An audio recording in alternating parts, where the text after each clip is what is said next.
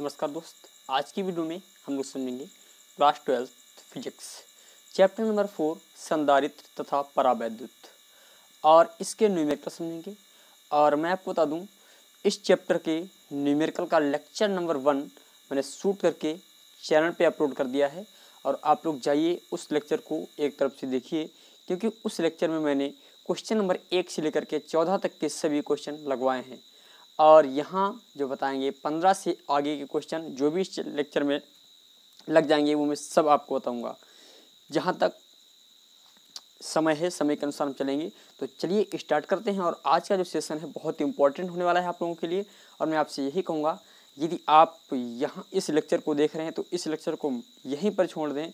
इससे पहले जो लेक्चर मैंने शूट किया है क्वेश्चन नंबर 1 से लेकर के 14 तक, उन सभी को विधिवत रूप से देखिए और समझिएगा, तभी आपको ये लेक्चर समझ में आएगा, अदरवाइज आपको समझ में नहीं आएगा। तो चलिए मैं क्वेश्चन को स्टार्ट करता हूँ। ये आपका पहला जो है 15वां क्वेश्चन मैं स्क्रीन पर लगाता हूँ। चलो स्क्रीन पर लगाता हूँ 15वां क्वेश्चन।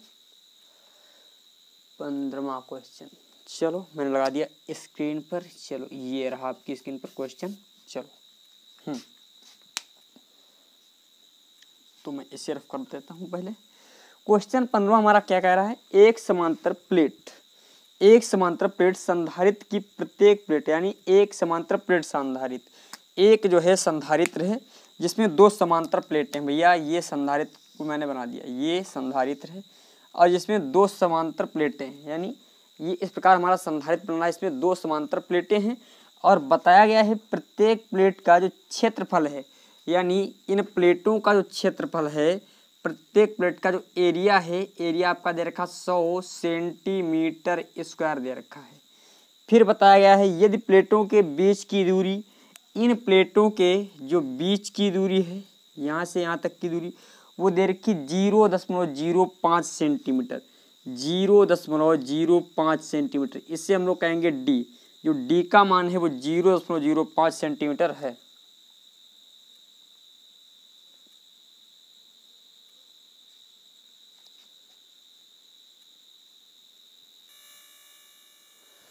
तो एरिया ये दे रखा है और बीच की दूरी जो दे रखी 0.05 सेंटीमीटर। तो भैया हम क्या करते हैं, पहले इन दोनों को मीटर में बदलते हैं। तो मीटर में बदलने के लिए हम लोग क्या करेंगे, 10 की पावर -2 से गुणा कर देंगे। अब देखिए यहाँ पर सेंटीमीटर स्क्वायर है तो एक बार इससे फिर 10 की पावर -2 से गुणा करनी पड़ेगी। तो यहाँ पर जो प्राप्त होगा 100 × 10 की पावर -4 मीटर। इससे हम लोग लिख सकते हैं 10 की पावर -2 मीटर। ठीक है। अब देखिए इस प्रकार यहाँ पर क्या हो जाएगा, 0.05 और सेंटीमीटर को मीटर में बदलने के लिए 10 की पावर -2 से गुणा करेंगे। तो यहाँ पर हम इस प्रकार भी लिख सकते हैं 5 × 10 की पावर -4, क्योंकि देखिए दो अंक दो अंक बाद दशमलव है तो यहाँ पर 2 अंक बाद दशमलव आएगा तो आपका इधर का 2 घातें और माइनस वाली जुड़ जाएंगी। तो यहाँ पर ये हो गया हमारा मीटर, इतने मीटर आ गया। और फिर क्या कह रहा है क्वेश्चन में, फिर कहा है इनके बीच परावैद्युतांक, इनके बीच एक परावैद्युत भर देने पर संधारित्र की धारिता, यानी अब इनके मध्य क्या है, कोई परावैद्युत भर देते हैं। इनके मध्य जब परावैद्युत भर देते हैं तो बताया गया जो धारिता जो हो जाती है, यानी जो C2 धारिता है वो आपकी C2 कब, जब परावैद्युत पदार्थ भर देते हैं उस समय की धारिता दे रखी 3.54 × 10 की पावर -10 फैरड, × 10 की पावर -10 फैरड है। अब इसने पूछा है पदार्थ के परावैद्युतांक की गणना करो, यानी परावैद्युतांक हमें बताना है, के का मान हमें फाइंड आउट करना है। ये के का मान में क्या करना है, फाइंड आउट करना है। तो प्रथम स्थिति के लिए मैं मान लेता हूँ C1 के लिए, भैया आप लोगों ने पढ़ा है फार्मूला क्या होता है। C1 के लिए जो फार्मूला होता है भैया हमारा होता है K∈0 A/D होता है। परंतु पहली स्थिति में क्या बताया गया, निर्वात है। पहली स्थिति में बताया गया है कि जो क्रियाकलाप किया जा रहा है निर्वात में, तो यहाँ पर के की कोई भी आवश्यकता नहीं है, के की कोई भी आवश्यकता नहीं है। तो भैया इसे हम मान लेंगे समीकरण 1 यानी निर्वात के लिए। अब दूसरी स्थिति में बताया गया कोई परावैद्युत भर दिया गया है, दोनों प्लेटों के मध्य कोई परावैद्युत भर दिया गया, तो C2 बराबर K एप्सिलॉन नॉट A/D, इसे हम मान लेते हैं समीकरण 2। अब देखिए समीकरण 1 को 2 से भाग देने पर, समीकरण 1 को 2 से भाग देने पर यहाँ पर लिखेंगे समीकरण 1 को 2 से भाग देने पर, समीकरण 1 को 2 से भाग देने पर, तो देखिए समीकरण 1 क्या है हमारा C1/C2 है। समीकरण 1 का मान दे रखा है एप्सिलॉन नॉट A/D, यहाँ पर K एप्सिलॉन नॉट A/D। देखिए एप्सिलॉन नॉट D से एप्सिलॉन नॉट D ये पूरा टर्म कट जाएगा, तो यहाँ पर हमारा क्या बचेगा C1/C2 यूकल बचेगा 1/, यहाँ पर बचेगा K, यहाँ पर क्या बचेगा हमारा K बचेगा। अब देखिएगा यहाँ पर दे रखा है इतना जो है एरिया है, भर देने पर फैरेड हो जाती है, तो गणना करनी है। तो देखिए इसके लिए क्या करते हैं, C1 और C2 K1/K2 बच गया, ठीक है। और यहाँ पर भैया C1, अब देखिए C2 का मान कितना दे रखा है, C2 का जो मान हमारा दे रखा है वो 3 दशमलव, यहाँ पर रख देते हैं 3.54 गुणे 10 की पावर माइनस का 10। अब देखिएगा यहाँ पर पहले तो हमें C1 का मान चाहिए, अब C1 का भी मान निकाल लेते हैं, क्योंकि C1 का मान निकालने के लिए हमें क्या करना पड़ेगा। देखिए C1 का मान निकालने के लिए एप्सिलॉन नॉट का मान होता है 8.85 गुणे 10 की पावर माइनस का 12 होता है, और एरिया कितनी दे रखी है 10 की पावर माइनस का 2, तो 10 की पावर माइनस का 2 रख देंगे। और D कितना है, बीच की दूरी 5 गुणे 10 की पावर माइनस का 4 है, तो 5 गुणे 10 की पावर माइनस का 4, क्योंकि हमें C1 का मान रखना है। तो भैया C1 का मान रखने के लिए हम लोग क्या करते हैं, यदि हम एक कार्य कर दें, यहाँ पर C1 बराबर 8.85 गुणे 10 की पावर माइनस का, यहाँ पर देखिए 4 घाते हैं, तो यहाँ पर इनको काटेंगे तो यहाँ पर ये घाते कट जाएंगे और यहाँ पर केवल 10 घाते रह जाएंगी, बटे क्या रह गया हमारा 5 रह गया, ठीक है। ये हमें C1 का मान प्राप्त हो गया। अब एक कार्य करते हैं, C1 का जब मान प्राप्त हो गया तो हम दशमलव हटा दें और यहाँ पर 2 जीरो और बढ़ा देते हैं, ठीक है। दशमलव हटाया और 2 जीरो और बढ़ाए तो यहाँ पर जो C1 का मान प्राप्त होगा, चलो बिल्कुल दिखाई पड़ रहा कट नहीं रहा अभी, तो यहाँ पर जो C1 का जो मान प्राप्त होगा 885 बटे 500 गुणे 10 की पावर माइनस का 10, ये हमें C1 का मान प्राप्त हो गया। अब यहाँ पर मैं C1 का मान वैल्यू पुट करता हूँ, तो देखिए जब मैं C1 का मान वैल्यू पुट करूँगा कितना दे रखा है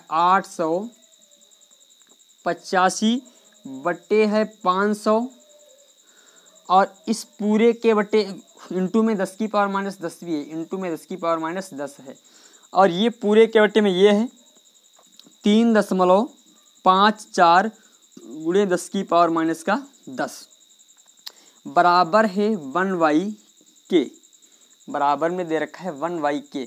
अब देखिए इस वाले पद को हम ऊपर भेज देंगे तो 885 गुणे 10 की पावर माइनस का 10 और बटे 3.54 गुणे 10 की पावर माइनस का 10, ये दोनों कट जाएंगे। और यहाँ पर भैया इंटू में 500 दे भी रखा है, क्योंकि देखो थोड़ा मैं यहाँ पर फिर बता देता हूँ आपको, 885 को मैंने ऐसे ही उतार लिया, गुणे 10 की पावर माइनस 10 को ऐसे ही लिख लिया। अब ये हमारा 500 है यहाँ पर, और ये हमारा गुणा में चला जाएगा तो 3.54 गुणे 10 की पावर माइनस 10 आ जाएगा। 10 की पावर माइनस 10 से 10 की पावर माइनस 10 कट जाएगा, और यहाँ पर हमारा क्या है 1/k है, 1/k है। तो देखिए मैं यहाँ पर लिख देता हूँ इसको, अभी तो यहाँ पर दिखाई पड़ रहा है, ठीक है। हाँ यहाँ पर तो सब कुछ मैं ऊपर लिख रहा हूँ, ठीक है। यहाँ पर लिखा है 885 बटे 500 गुणे 3.54। अब हम एक कार्य कर दें, दशमलव को हटा दें यहाँ पर और 2 जीरो हम 500 के गायब कर दें, ठीक है। तो बराबर 1/k हो जाएगा। अब देखिए 5 से इसे काट दें, 5 एकन 5, 5 एकन 5 बच गया 3 और हो गया 38, 5 सत्ते 35 बच गया फिर कितना 3 और यहाँ हो गया 5 सत्ते 35। तो कितना आ गया यहाँ पर 177 और बराबर 1/k बटे है हमारा 354। अब हम क्या करें, तिरछी गुणा कर देते हैं। तो देखिए यहाँ पर क्या हो जाएगा, 177 के बराबर 354 आ गया। तो k बराबर 354 बटे 177। जब हम इसको भाग देंगे तो देखिए 177 और 2 बार चला जाएगा, गुणे 2 कर दें, 2 सत्ती 14 के 4 हाथ से लगा 1, 2 सत्ती 14 15 के 5 हाथ से लगा 1, 2 एकन 2 और 1 3, यानी 2 बार चला जाएगा। तो जब हम इसको इससे काट देंगे तो k बराबर हमारा कितना आएगा, 2 आ जाएगा। k की जो k का मान कितना आ जाएगा, 2, यानी परावैद्युतांक हमारा क्या होगा, k होगा। समझ गए, ये परावैद्युतांक हो जाएगा। ये क्वेश्चन नंबर हमारा 15वां था। इसका स्क्रीनशॉट लीजिए और विधिवत रूप से इसे लगा लीजिएगा। अब हम लोग देखते हैं क्वेश्चन नंबर 16। मैं लगाता हूँ स्क्रीन पर आपकी।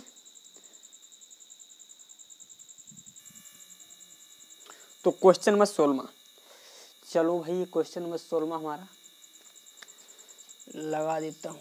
ये क्वेश्चन नंबर 16, चलो क्वेश्चन नंबर 16 में क्या कहा गया देखें भैया, इसे समझें।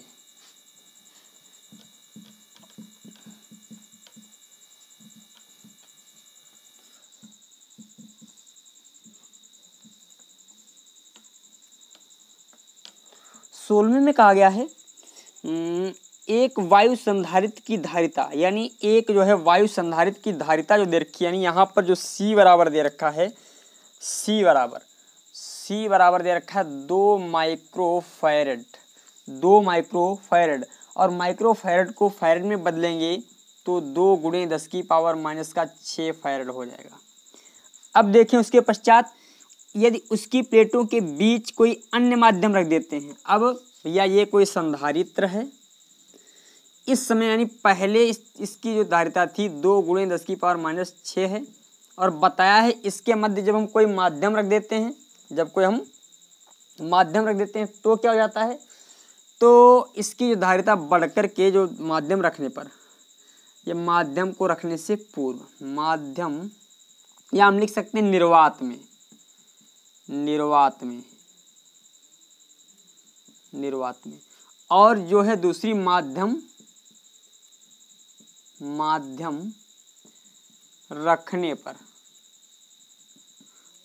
रखने पर, तो माध्यम जो रख देंगे तो भैया इसकी जो धारिता C2 हो जा रही है वो कितनी है भैया, बताया गया है जो है 12 माइक्रोफैरड है। कितनी है, 12 माइक्रोफैरड।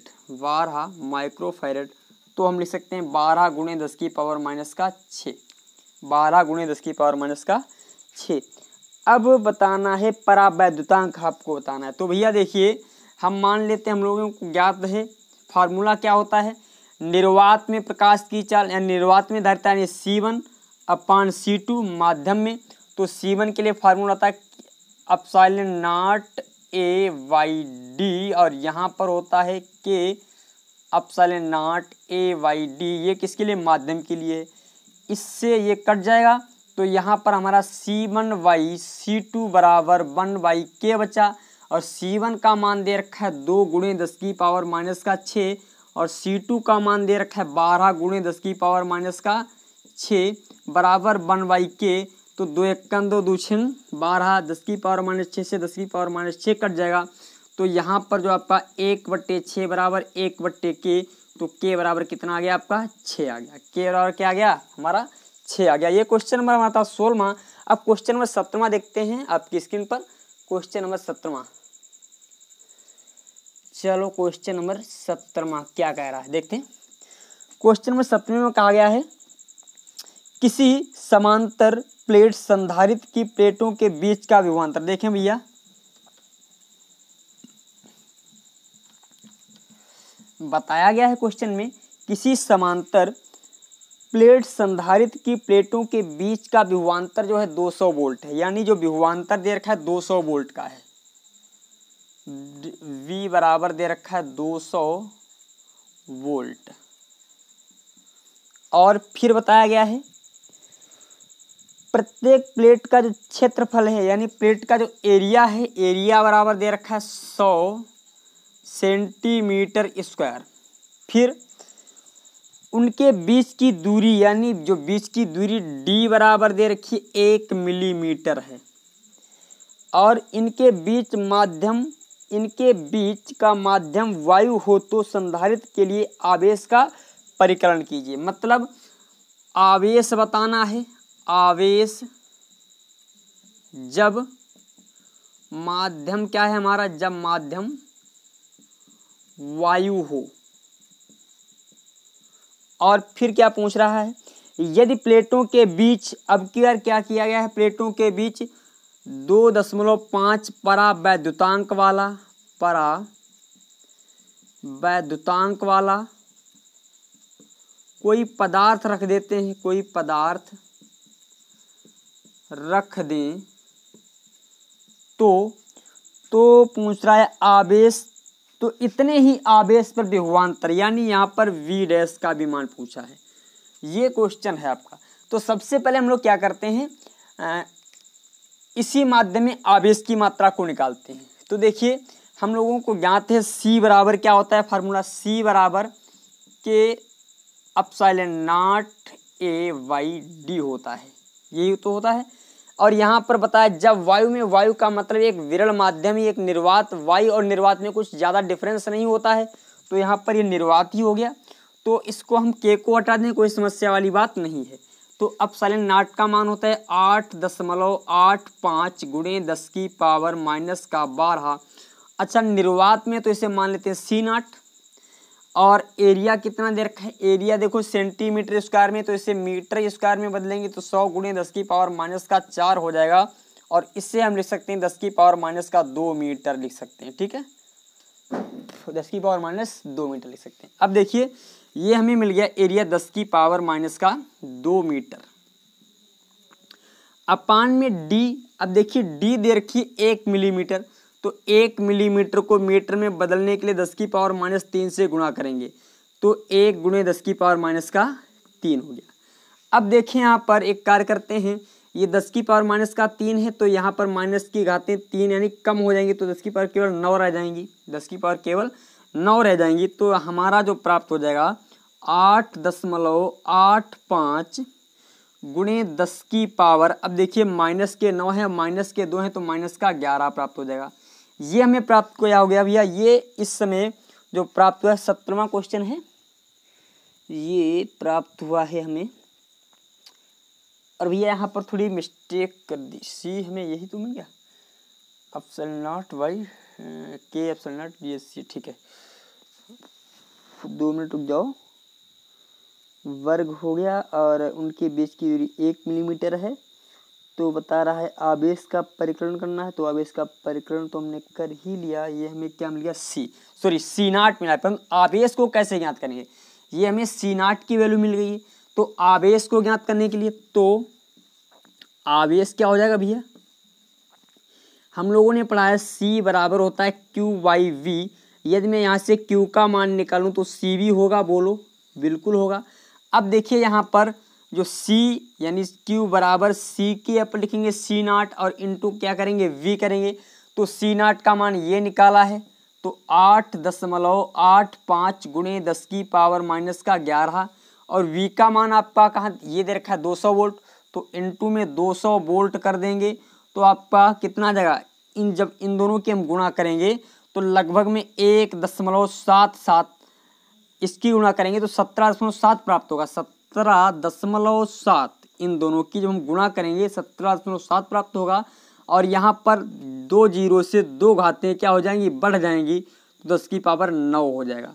तो ये हमारा क्या आ जाएगा आवेश। और इसे हम इस प्रकार भी लिख सकते हैं 1.77 गुणे 10 की पावर माइनस 8 भी लिख सकते हैं, ये भी हमारा सही है, ठीक है। ये हमें आवेश का मान मिल गया।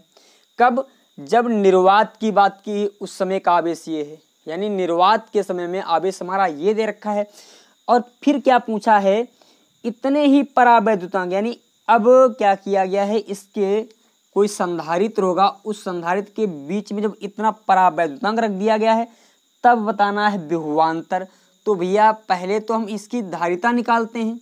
तो यहाँ पर लिखना 2.5 परावैद्युतांक रख देने पर 2 इससे मैंने रफ कर दिया और आप लोग जो है स्क्रीनशॉट ले लें पॉज करके, ठीक है। अब देखें यहाँ पर बात करते हैं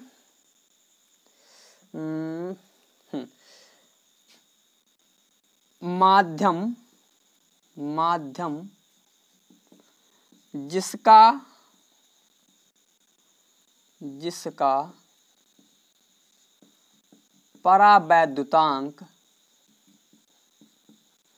जिसका परावैद्युतांक 2.5 है, रख देने पर धारिता होगी। तो भैया हमें मालूम है जब हम किसी माध्यम को रख देते हैं तो धारिता क्या हो जाती है, उस माध्यम के परावैद्युतांक के गुणनफल के बराबर हो जाती है। मतलब यहाँ पर हम ये कह रहे हैं कि भैया जो है सी डैश, मान लेते हैं सी डैश जो होगा वो क्या होगा, के इंटू सी नॉट के बराबर होगा। सी डैश मतलब परावैद्युतांक को रख देने पर, यानी किसी माध्यम में संधारित्र की धारिता। तो सी डैश हमें निकालना है। तो के का मान भैया दे रखा है 2.5 क्वेश्चन में ही 2.5, तो 2.5 रख देंगे। और सी नॉट का मान जो आपका है वो 1.77 गुणे 10⁻⁻8 निकाला है। तो जब हम इन दोनों की गुणा करेंगे तो कितना आएगा, देखें भैया 2.5, यानी 2.5 की गुणा हम करेंगे 1.77 से। तो जब आप ये गुणा कर लेंगे, चलो हम गुणा करके दिखा देते हैं। यहाँ पर यदि हम एक और कर दें, चलो गुणा कर लेते हैं।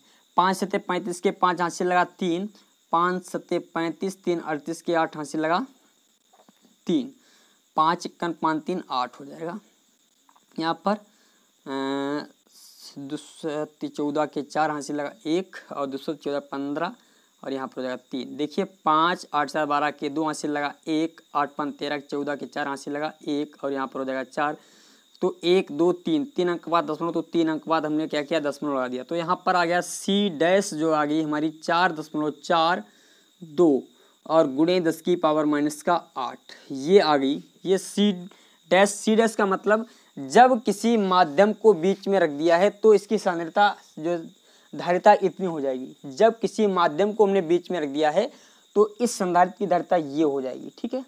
अब देखिए फिर बताया गया है इतने ही आवेश पर, तो भैया विभव हमें ज्ञात करना है। तो विभव के लिए हमें फार्मूला मालूम है, C बराबर क्या होता है, C बराबर होता है Q/V और हमें फाइंड आउट करना है V को। तो हम क्या करते हैं, V को इधर लाते हैं, V बराबर हो जाएगा Q/C हो जाएगा, Q/C।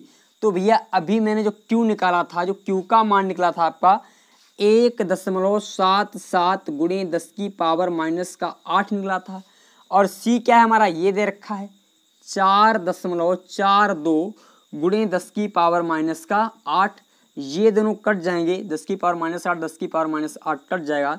तो यहाँ पर V बराबर 1.77 बटे 4.42, दशमलव से दशमलव हटा देंगे और जो भी कैलकुलेशन आपका है वही क्या होगा, हमारा आंसर होगा, ठीक है। जो भी यहाँ पर आ जाए वही हमारा क्या होगा, आंसर होगा। ये क्वेश्चन नंबर हमारा था, क्वेश्चन नंबर था 17, 2 मिनट रुक जाओ, हाँ ये क्वेश्चन नंबर 17 था। ये हमें यहाँ पर क्या मिलेगा, V डैश मिलेगा, यानी जो विभव मिलेगा किस स्थिति में, जब परावैद्युतांक को मैं रख दूंगा यहाँ पर। तो देखिए यहाँ पर क्या हो जाएगा, कैलकुलेशन करने के पश्चात के का भी मान रख दिया, सी नॉट का भी मान रख दिया।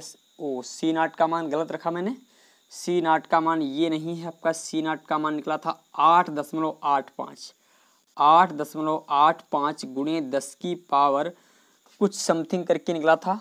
यहाँ पर समथिंग जो मान निकला था उसी मान को रखेंगे, वहाँ जहाँ पर जो भी मान हमारा निकला था 10⁻⁻11 लगभग में निकला था, ठीक है।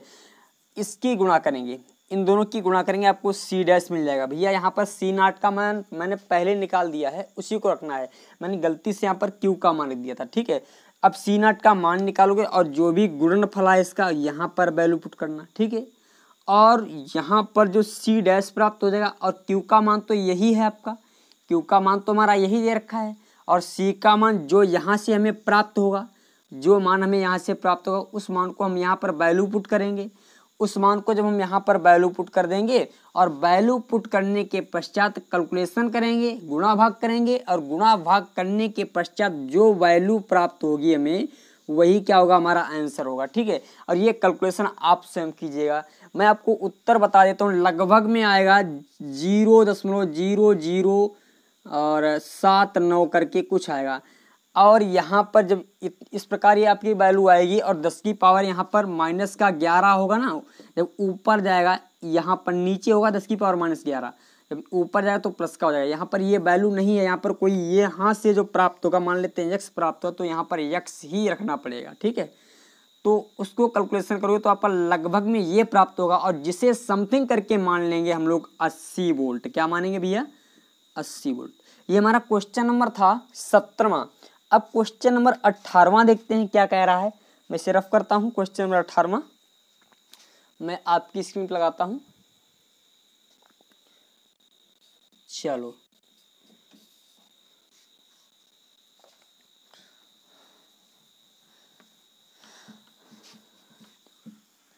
क्वेश्चन नंबर 18, तांबे की दो प्लेटों के बीच जिनका क्षेत्रफल इतना है, यानी तांबे की दो प्लेटें हैं जिनका एरिया दे रखा है। एरिया में पहले लिखता हूँ 100 सेंटीमीटर स्क्वायर है, 100 सेंटीमीटर स्क्वायर, अर्थात हम लिख सकते हैं 10 की पावर -2 मीटर लिख सकते हैं। ठीक है, अब उसके पश्चात इनके बीच एक कागज रख दिया गया। भैया मैं चित्र को बनाता हूँ, पहले समझें। ये संधारित्र की दो प्लेटें हैं।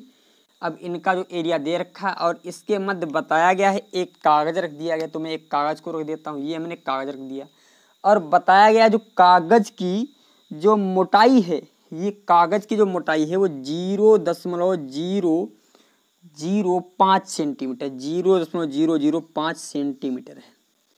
अर्थात कागज की मोटाई को हम टी से प्रदर्शित करेंगे तो 0.005 सेंटीमीटर है। तो सेंटीमीटर को मीटर में बदलने के लिए हम 10 की पावर -2 से गुणा कर देते हैं। तो हम क्या करेंगे, 0.005 को 10 की पावर -2 से गुणा करेंगे। तो देखिए हम इसे इस प्रकार भी लिख सकते हैं 1 2 3, यानी 5 गुणे 10 की पावर -3 लिख सकते हैं। और गुणे में 10 की पावर -2 है तो 5 गुणे 10 की पावर क्या हो जाएगा, हमारा 5 हो जाएगा। 5 गुणे 10 की पावर -5 हो जाएगा। ठीक है, थोड़ा भाई मक्खियाँ दिक्कत क्यों, लाइट ज़्यादा हो जाती है एकदम यहाँ पर, और इसीलिए बहुत ज़्यादा मक्खियाँ जो दिन में बैठी थी तो वो रात में भी आने लगती हैं। चलो अब देखते हैं ये हमें क्या प्राप्त हो गया, टी का मान प्राप्त हो गया। और उसके पश्चात बताया गया है कागज की मोटाई उतनी और उसका जो परावैद्युतांक, यानी जो परावैद्युतांक जो के बराबर है, जो के बराबर दे रखा है 2.5 है। फिर बताया गया है यदि कागज 5 गुणे 10 की पावर 5 वोल्ट प्रति सेंटीमीटर, यानी कागज जो है 5 गुणे 10 की पावर 5, यानी V बराबर दे रखा है वोल्ट प्रति सेंटीमीटर, वोल्ट प्रति सेंटीमीटर सहन कर सकता है। तो अधिकतम वोल्टता ज्ञात कीजिए। अधिकतम वोल्टता यानी V मैक्सिमम ज्ञात करना है। फिर तो अधिकतम वोल्टता ज्ञात की जिससे संधारित्र को आवेशित किया जा रहा है, यानी संधारित्र को आवेशित किया जा रहा है। संधारित्र में आवेश कितना एकत्र हो, यानी आवेश का भी मान हमें फाइंड आउट करना है। तो देखिए क्वेश्चन आपका बहुत सिंपल है, ज़्यादा कुछ नहीं है क्वेश्चन में। यहाँ पर हमें ज्ञात है कि भैया जो विभव है वोल्ट 1 सेंटीमीटर, 1 सेंटीमीटर जो है कागज झेल सकता है कितना, 5 गुणे 10 की पावर +5 वोल्ट। 1 सेंटीमीटर जो कागज की मोटाई है वो इतना वैद्युत विभव को सहन कर सकता है। तो अब हमें बता रहा है भैया कागज की जो मोटाई दे रखी इतनी दे रखी है, यदि 1 सेंटीमीटर का कागज है तो इतना वैद्युत विभव वैद्युत क्षेत्र सहन कर सकता है। अब कागज हमारा इतना छोटा है तो कितना वैद्युत विभव सहन करेगा, तो हम लिख देंगे तो 0.005 5 मोटाई के द्वारा सहन किया जाने वाला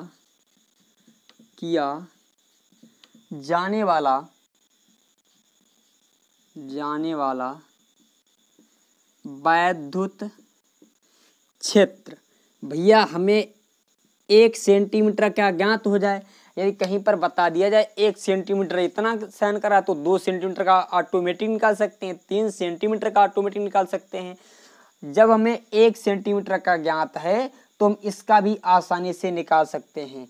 तो हमें क्या करना पड़ेगा, फार्मूला, सहन किया गया वैद्युत क्षेत्र, सहन किया जाने वाला अधिकतम वैद्युत क्षेत्र, किया जाने वाला अधिकतम वैद्युत क्षेत्र जो हो जाएगा भैया यहाँ पर 1 सेंटीमीटर के द्वारा सहन किया जाने वाला वैद्युत क्षेत्र, तो 1 सेंटीमीटर के द्वारा इतना सहन किया जा रहा है, गुणे दूरी जो लंबाई कितनी है 0.0005 है। यदि हम एक कार्य कर दें, यहाँ पर 5 × 10⁻², इसे ऐसे रहने दें और यहाँ पर 3 घातों को मैंने 3 जीरो से हटा दिया, यानी यहाँ पर 3 घातें 3 जीरो के अनुसार से हटा दी, तो यहाँ पर केवल 5 बच जाएगा। तो 25 हो गया और 10⁻² है, तो इसका मतलब 2500 आ जाएगा। कितना आ जाएगा भैया 2500, ये हमारा आ गया 2500 वोल्ट। यानी ये कागज के द्वारा जो सहन किया जाने वाला अधिकतम वैद्युत विभव होगा या अधिकतम वैद्युत क्षेत्र होगा 2500 वोल्ट होगा। कितना भैया 2500 वोल्ट होगा। और फिर बताया जा रहा है संधारित्र में कितना आवेश एकत्रित होगा, तो आवेश की मात्रा ज्ञात करनी है। तो बताओ भैया यहाँ पर विभव तो हमें ज्ञात हो गया है, और विभव जब ज्ञात हो गया तो आवेश हम आसानी से फाइंड आउट कर सकते हैं। तो जब हमें विभव को ज्ञात कर लिया है तो हमें फाइंड आउट का क्या करना है भैया, आवेश। तो भैया यहाँ पर V बराबर हमारा आ गया 2500 वोल्ट है। तो अब इससे पहले हमें भाई आवेश को निकालना है, तो आवेश को निकालने के लिए हमें धारिता की आवश्यकता है। तो अब हमें चाहिए क्या, धारिता। तो धारिता के लिए हम लोग क्या करते हैं, देखिए V हमारा ये दे रखा था, ये यहाँ पर एरिया दे रखी है, एरिया के पश्चात ये T दे रखी है, T के पश्चात और कुछ दे रखा है, वैद्युत क्षेत्र संधारित्र में कितना आवेश एकत्रित होगा, यानी आवेश की मात्रा, ये V हो गया हमारा। और Q हमें फाइंड आउट करना है। तो Q के लिए हम लोग क्या करते हैं, देखिए पहले हमें धारिता निकालनी पड़ेगी इसकी। तो धारिता के लिए हम क्या करें, थोड़ा मैं इसे रफ कर देता हूँ, ये 2500 हो गया। यदि हम धारिता के लिए कार्य कर दें, ये हमारे तो मिल गया मोटाई, एक बार फिर पढ़ लेते हैं। इतना वोल्ट पर सेंटीमीटर आवेशित किया, तो संधारित्र के लिए धारिता देखते हैं, 2 मिनट क्वेश्चन को देखें, 2 बार पढ़ लेते हैं सही से। देखिए यहाँ पर धारिता C बराबर होता है फार्मूला K/0 होता है। अब देखो K का मान ये दे रखा है और A का मान, भैया A का मान हम कहाँ से लिखेंगे, ये दे रखा है A का मान, और D का मान, तो भैया D का मान जो आपका दे रखा है, मैं आपको D का मान भी बता देता हूँ। क्षेत्रफल है, कागज रखा गया है, कागज की मोटाई इतनी है, परावैद्युतांक आपका ये रहा। तो इसमें क्वेश्चन में आपकी कागज की मोटाई यानी प्लेटों के बीच की दूरी दे रखी है, देखें यहाँ नहीं दे रखी है, प्लेटों के बीच की जो दूरी है कितनी है, 2 मिनट रुक जाओ, कागज की मोटाई ये हो गई, क्षेत्रफल। अच्छा यहाँ पर देखो भैया जो कागज रखा गया है वो आपका पूर्ण बीचों बीच में रखा गया, ये इस पूरे एरिया में कागज रख दिया गया है, इस संपूर्ण एरिया में आपका कागज रखा गया, ध्यान रखना। तो इसीलिए जो कागज की मोटाई होगी वही क्या हो जाएगी, यहाँ पर D हो जाएगा, वही क्या हो जाएगा हमारा D, अर्थात जो कागज की मोटाई है वही हमारी क्या हो जाएगी, D हो जाएगी। तो यहाँ पर D का मान हम वैल्यू पुट करें, K का मान दे रखा है 2.5 ये दे रखा है। अब साइलेंट नट का मान 8.85 × 10⁻⁻² होता ही है। A का मान 10⁻⁻² दे ही रखा है, 10⁻⁻²। और D का मान दे रखा है 5 गुणे 10 की पावर माइनस का 5। जब हम इसे कैलकुलेट करेंगे, कैलकुलेट करने के पश्चात आपको जो प्राप्त होगा वो आंसर 1.1 गुणे 10 की पावर माइनस का 5 कूलाम, सॉरी ये धारिता प्राप्त होगी। ये हमें क्या प्राप्त होगी, यहाँ से जो प्राप्त होगी वो धारिता यानी सी प्राप्त होगी। यहाँ से हमें जो सी प्राप्त कर लेते हैं, कितना प्राप्त होगा मैं आपको बता देता हूँ। दशमलव हटाएंगे और यहाँ पर एक घात बढ़ाएंगे तो यहाँ पर घातें रह जाएंगी 4। 5 एकन 5 पचम 25 हो गया। अब देखिए यहाँ पर 10 की पावर माइनस की 4 हैं तो ये माइनस की 2 यहाँ की कम हो जाएंगी और माइनस की 2 यहाँ की कम हो जाएंगी तो यहाँ पर 10 बच जाएंगी। ठीक है, तो यहाँ पर हमारा क्या बचेगा, बिल्कुल दिखाई पड़ रहा है। तो यहाँ पर बचेगा 5 गुणे 8.85 गुणे 10 की पावर माइनस का 10। जब हम इन दोनों की गुणा करेंगे तो हमें क्या प्राप्त होगा, पचम 25 के 5, पचम 25 के 5 और 5 अट्ठे 40, 40 5 40 और 2 42 के 2 हासिल लगा 4 और 8 5 अट्ठे 40, 40 4 44। तो 2 अंकों के बाद दशमलव, तो 2 अंकों के बाद दशमलव लगा देंगे गुणे 10 की पावर माइनस का 10। ये हमें प्राप्त हो गया किसका मान, ये हमें प्राप्त हुआ सी। तो हमें फाइंड आउट करना है इसमें क्यू का मान। तो क्यू बराबर होता है सी इंटू वी। भाई इसको क्रम से लिखिएगा, ये क्रम से ही लिखा है, क्यू बराबर सी इंटू वी। तो भैया सी का मान दे रखा है 44.25 गुणे 10 की पावर माइनस 10। और भैया अब हम एक कार्य कर लेते हैं, V का मान जो अभी मैंने निकाला था, V बराबर निकला था 2500 वोल्ट, तो गुणा कर देंगे 2500 वोल्ट से। जब इन दोनों के हम गुणा करेंगे तो गुणा करने के पश्चात जो हमें प्राप्त होगा वो 1.1 गुणे 10 की पावर माइनस का 11 प्राप्त होगा। ये आप स्वयं लिख लीजिए, इसका कैलकुलेशन आप स्वयं करेंगे, ज़्यादा कुछ नहीं है इसमें। ठीक है, चलो अब कुछ चीज़ें और देखते हैं। 1.1 गुणे सी पावर माइनस 5 संधारित्र में कितना आवेश, क्यू बराबर सी इंटू वी होता है। क्यू सी हमें यहाँ से मिल जाएगा और वी हमारा कितना दे रखा है, वी हाँ वी यही रखना है। लाइट समस्या हो गई भाई। चलो आज की वीडियो को हम यहीं तक रखते हैं।